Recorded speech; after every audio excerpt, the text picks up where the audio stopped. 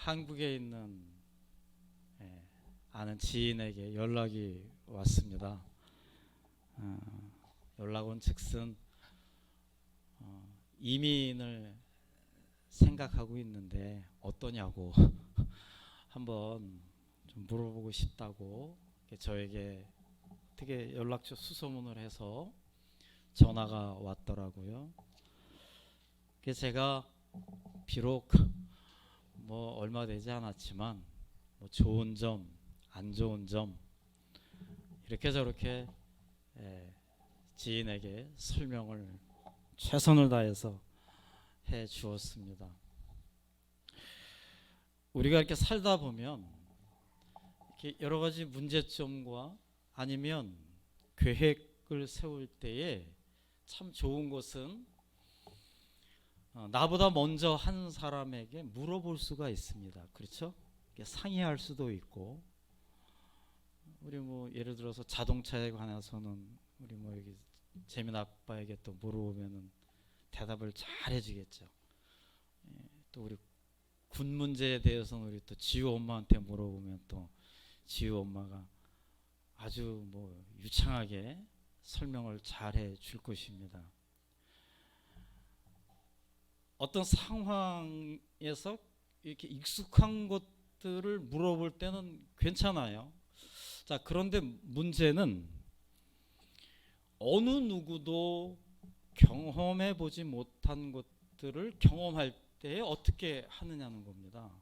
예를 들어서 우리 한 3년 전부터 우리를 너무 힘들게 하는 이 코로나 상황 같은 경우에는 어느 누구도 경험해 보지 못했습니다.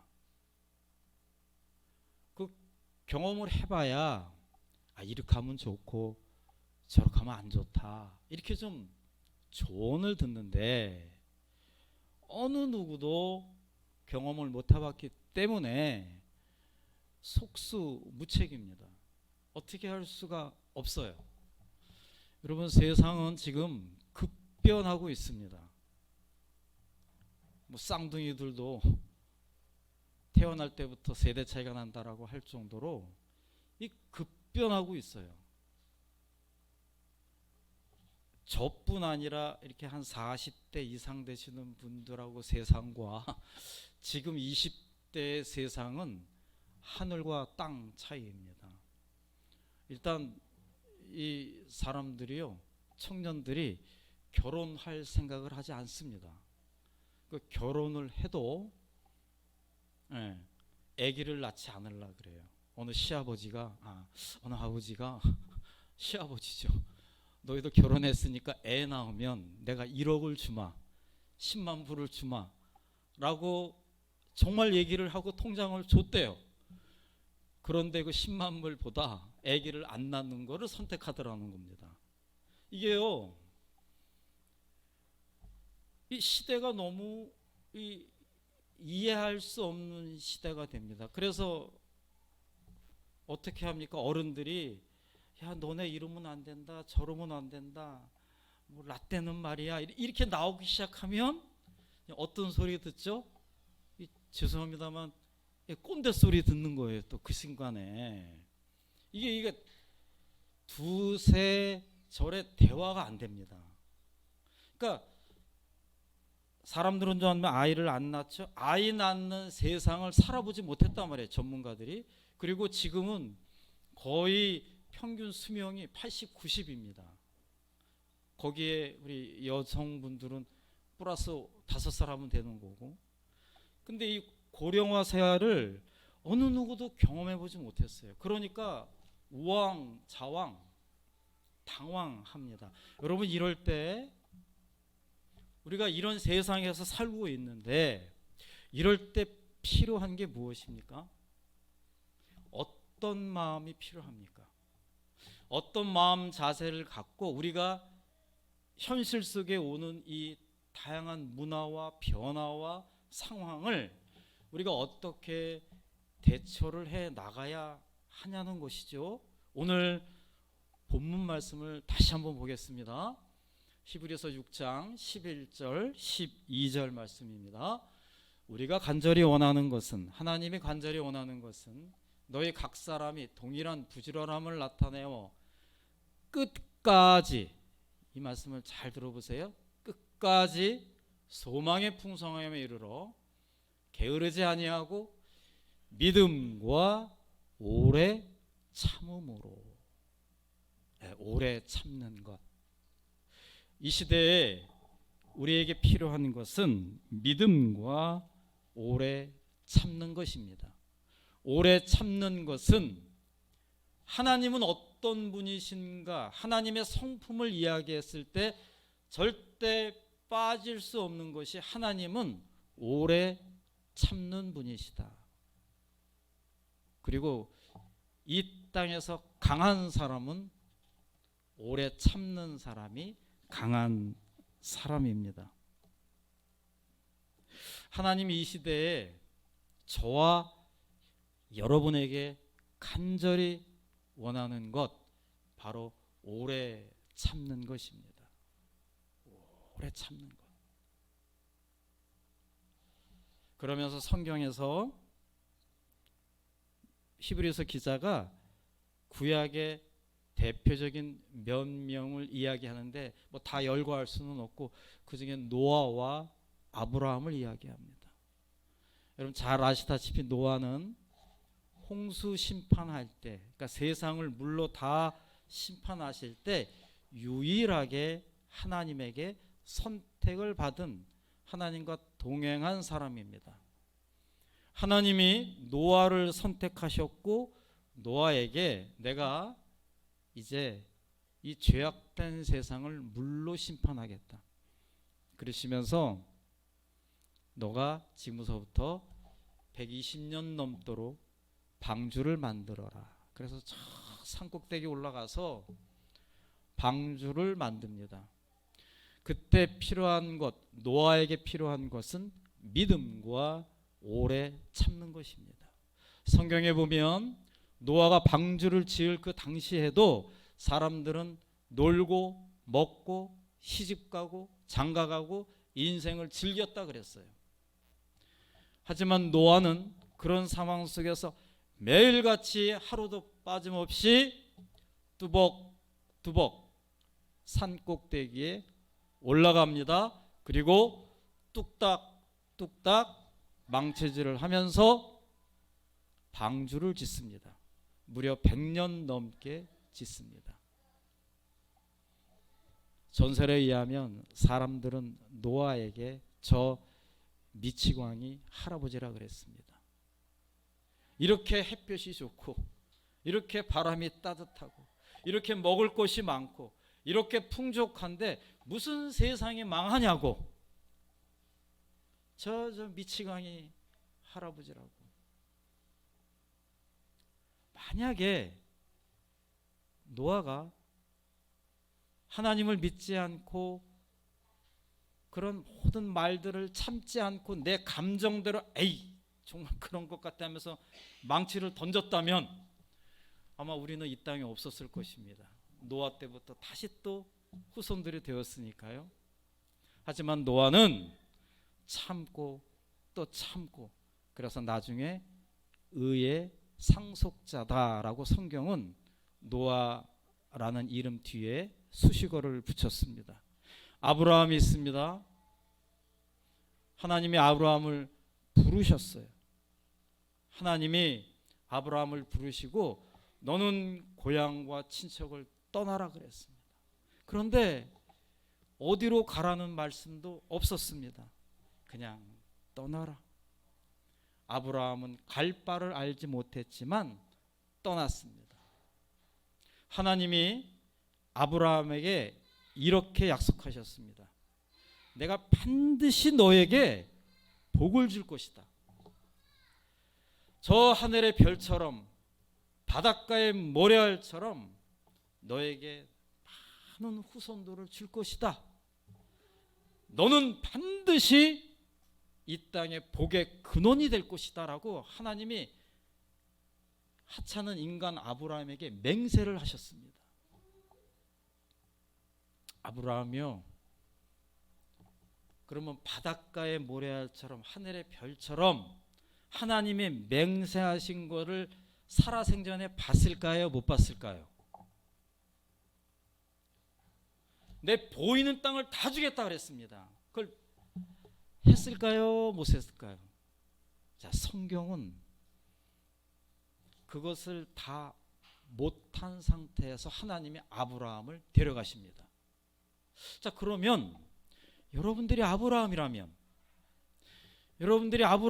어떻게 생각을 하겠습니까? 하나님이 분명히 나에게 복의 근원이 된다고 하고 나에게 바닷가의 모래알처럼 하늘의 별처럼 많은 자손을 준다고 하고 모든 복을 나에게 다 준다라고 했는데 나는 이제 내일 모레면 죽어야 돼요. 나이는 다 먹고 하나님의 약속은 보이지가 않아요. 그랬을 때 두 가지 선택을 할 수가 있습니다. 하나는 끝까지 하나님을 그 약속을 믿는 것이고 하나는 하나님에게 배신을 당했다고 하나님을 욕할 수가 있습니다. 사형수가 감옥에서 여차여차해서 성경책을 선물을 받고 열심히 성경을 읽죠. 하나님을 믿습니다. 근데 사형수예요. 이의 마음은 내가 열심히 하나님을 믿으면 이 사형이 면제가 될 거야. 이 마음 갖고 열심히 믿는데 어느 날 내일이면 사형을 당한다고 합니다. 그날 밤에 두 가지 선택을 할 수 있겠죠. 그래도 나는 하나님을 배신하지 않고 하나님의 사랑을 믿으며 참고 죽을 수 있고, 하나는 성경책을 한 장 한 장 찢을 수가 있을 것입니다. 예, 대다수의 사람들은 성경책을 찢는다라고 하죠. 이 아브라함은 약속을, 하나님이 나에게 약속하신 거를 100이면 한 반 정도만 받고 하나님 앞에 불려가게 됩니다. 하지만 그는 눈 감는 그 순간, 숨이 끊어지는 그 순간까지도 하나님에 대해서 절대 신뢰를 잃어버리지 않았습니다. 오히려 더 하나님을 경외했고 철저히 하나님을 믿었습니다. 오래 참았습니다. 그랬을 때 그는 지금 이 시간에도 복의 근원 하게 되면 아브라함이다 라고 많은 후손들에게 칭송을 받고 있습니다. 사랑하는 성도 여러분, 우리는 지금 다양한 문화와 다양한 환경 속에, 다양한 상황 속에 우리는 살아가고 있습니다. 여러분, 이때 필요한 것은 견디는 것입니다. 이 상황을 견디는 것입니다. 변해가는 세상을 한 발 한 발 적응해 가면서 참고 인내하는 것입니다. 가장 파워 있는 사람은 견디는 사람입니다. 가장 강한 사람도 견디는 사람이고 가장 영성 있는 사람도 참고 견디는 사람입니다. 이런 사람들이 먼 훗날 오늘 본문에 나와 있는 것처럼 본받는 자가 되는 것이죠. 최후 승리를 얻게 되는 것입니다. 제가 이 시간 잠깐 어느 한 교회를 소개하도록 하겠습니다. 그 교회는 위대한 인물이 개척한 교회입니다. 그러나 어느 순간 교회 안에 분파가 생깁니다. 끼리끼리 문화가 생겨요. 이쪽은 한 팀이 또 모이고, 이쪽은 한 팀이 모이고, 이쪽은 한 팀이 모이고, 서로 한 교회를 다니지만 서로 자기네 어울리는 사람만 인정하고 나머지는 인정하지 않습니다. 이들은 성령님을 무시했습니다. 성령님을 무시하니 하나님을 무시합니다. 하나님을 무시하니 모든 상황, 모든 것들을 자기 마음대로 합니다. 자기가 곧 하나님입니다. 자기가 하고 싶은 것은 하고 자기가 하기 싫은 것은 하지 않습니다. 성령님에 대해서 무지했습니다. 그러다 보니 자연스럽게 죄를 짓습니다. 그 죄가 어디까지 가냐 하면 근친상간까지 갑니다. 가족끼리 툭하면 이 교회는 성도들끼리 싸웠습니다. 싸우면 목사님 말씀을 듣고 서로 화해를 해야 되는데 싸우고 나서 꼭 세상 법정으로 갑니다. 누가 더 잘했나 못했나를 세상 판사에게 교회가 판정을 받습니다. 성도들은 자연스럽게 우상 숭배를 합니다. 간음죄를 짓습니다. 도적질을 합니다. 술을 취합니다.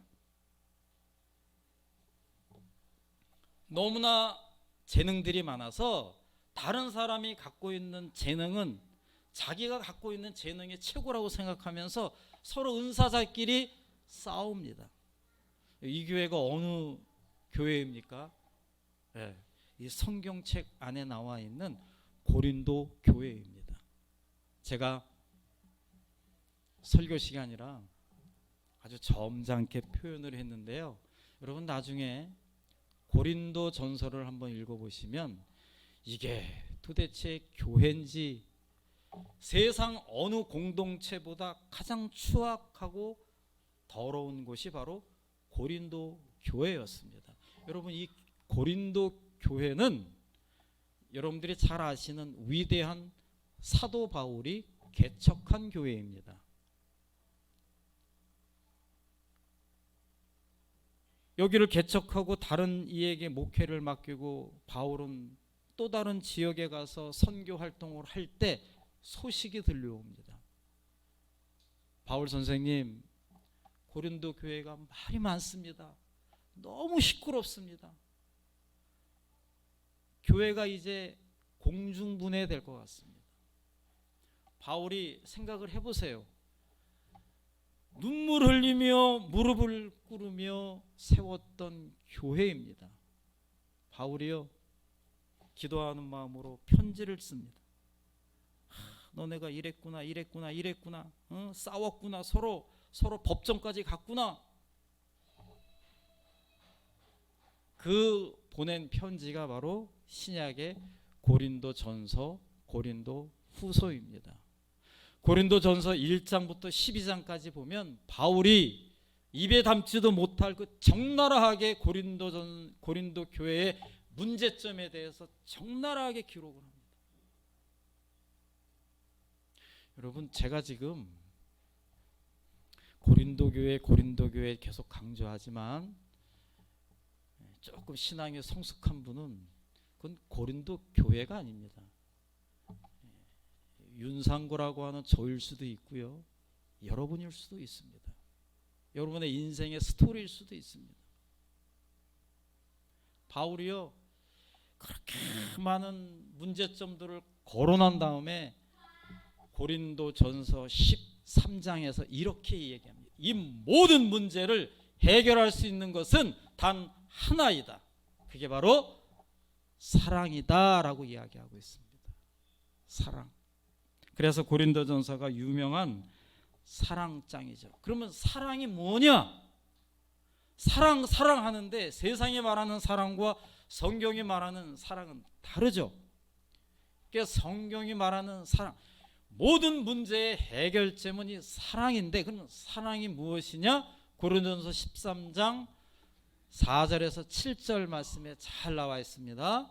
우리 같이 한번 읽어보겠습니다. 시작. 사랑은 오래 참고 사랑은 온유하며 시기하지 아니하며 사랑은 자랑하지 아니하며 교만하지 아니하며 무례히 행하지 아니하며 자기의 유익을 구하지 아니하며 성내지 아니하며 악한 것을 생각하지 아니하며 불의를 기뻐하지 아니하며 진리와 함께 기뻐하고 모든 것을 참으며 모든 것을 믿으며 모든 것을 바라며 모든 것을 견디느니라. 이것이 바로 사랑이다. 아니하며 근데 우리는 어때요? 성낼 때 반드시 성을 내야 됩니다. 남을 시기해야 될 타이밍에 꼭 시기를 해야 돼요. 사랑하지 않는 거죠. 여러분, 이 사랑의 정의 4절부터 7절 말씀을 자세하게 보게 되면 사랑의 시작을 뭐라고 시작합니까? 사랑은 오래 참고. 사랑은 오래 참고. 그 다음에 쭉 열거를 해요. 그리고 중간쯤에 뭐라고 합니까? 사랑은 모든 것을 참으며, 이렇게 얘기합니다. 그리고 마무리를 어떻게 해야 사랑은? 저 7절 끝에 나와 있잖아요. 모든 것을 견디느니라. 오래 참고 또 참고 모든 것을 견디는 것이 사랑이다.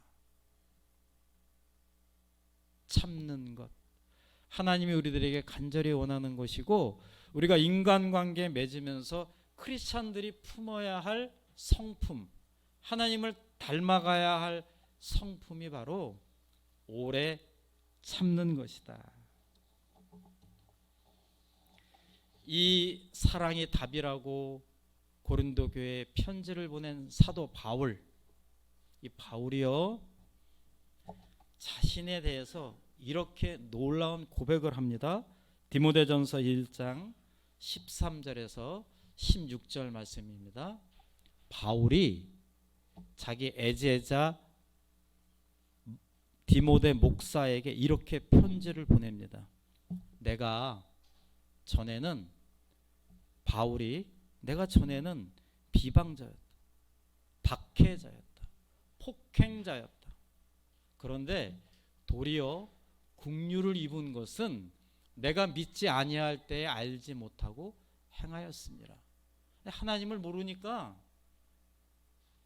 막 남을 폭행하고 비방하고 그렇다는 거예요. 그런데 우리 주의 은혜가 그리스도 예수 안에 있는 믿음과 사랑과 함께 넘치도록 풍성했다 그랬습니다.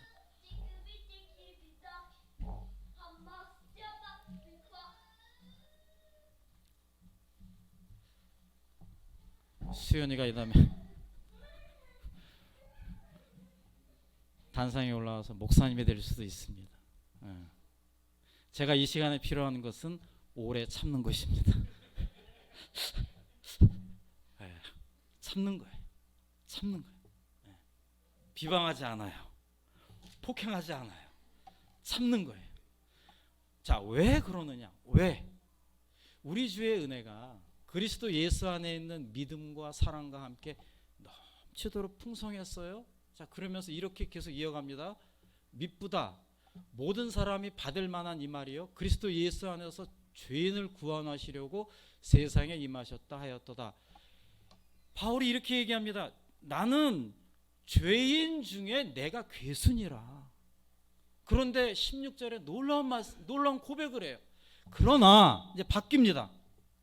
내가 국류를 입은 까닭은 예수 그리스도께서 내게 먼저 일체 어떻게 했다고요? 오래 참으셨다. 여러분, 제가 이 말씀을 준비하면서 참 그래요. 목사로서 참 잘해야 되는데 부족할 때가 참 많거든요. 그런데도 어김없이 주일은 돌아오고 하나님은 꼭 주일까지 살아있게 만드세요. 그래서 저는 어김없이 주일날 나와서 설교를 해야 합니다. 근데 제가 어저께 밤에도 여기 와서 이렇게 정리하면서 기도하는데 그래, 하나님이 오래 참으셔서 내가 또 이렇게 사역을 계속 하는구나. 오래 참으셔서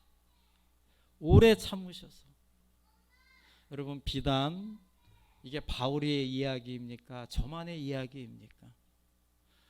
여러분들의 인생을 짧든 길든 한번 이렇게 돌려보세요. 우리 사실 양심은 압니다. 내 양심은 알아요.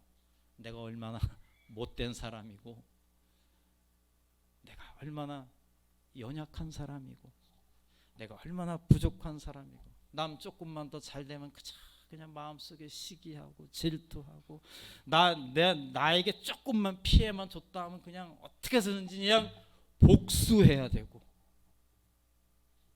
남 잘 되는 꼴을 못 보고 그냥 조금만 뭐 하면 그냥 뒤에서 그냥 뒷담화하고, 누가 조금만 올라가면 어서 그냥 끌어내려야 하고, 남을 봐도 아주 차가운 시선으로 보고 외면하고 눈 감고, 우리 아닙니까? 네? 여러분, 그럴 때마다 만약에 하나님이 우리들에게 벌을 준다면 여기 지금 앉아있을 분이 누가 있어요? 저는 여기 진작에 내려갔을 거예요. 우리 다 사도 바울처럼 내가 국류를 입은 까닭, 우리가 국류를 입은 까닭은 예수 그리스도께서 내가 먼저 일체 오래 참으심을 보이사, 예수님이 오래 참으시니 인간 되라고 철들 때까지 오래 참으시고 계셔서 결국은 어떻게 해요? 영생을 얻고 누군가에게 언젠가는 좀 본이 되기를 원하는 마음으로 그렇게 예수님 오래 참으시는, 우리가 국류를 입었습니다. 그래서 우리는 이렇게 아름다운 미국에서 많은 것들을 누리면서 살고 있습니다. 우리가 국류를 입었으니 우리도 참고 또 참고, 우리의 성품이 넉넉하게 참는 성품이 되어서 사람들에게 좀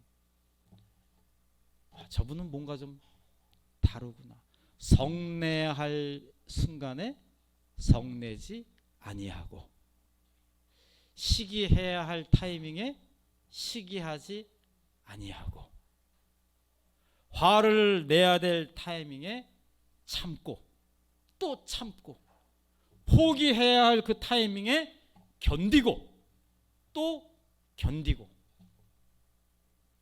그런 마음을 품고 우리가 살아갈 때에 하나님은 먼 훗날 많은 이들에게, 특별히 믿는 자들에게 본이 되는 그러한 축복, 그러한 인물, 그러한 삶, 그러한 인생이 바로 저와 여러분들의 삶이 되기를 간절히 축원합니다. 기도하겠습니다. 하나님 감사합니다.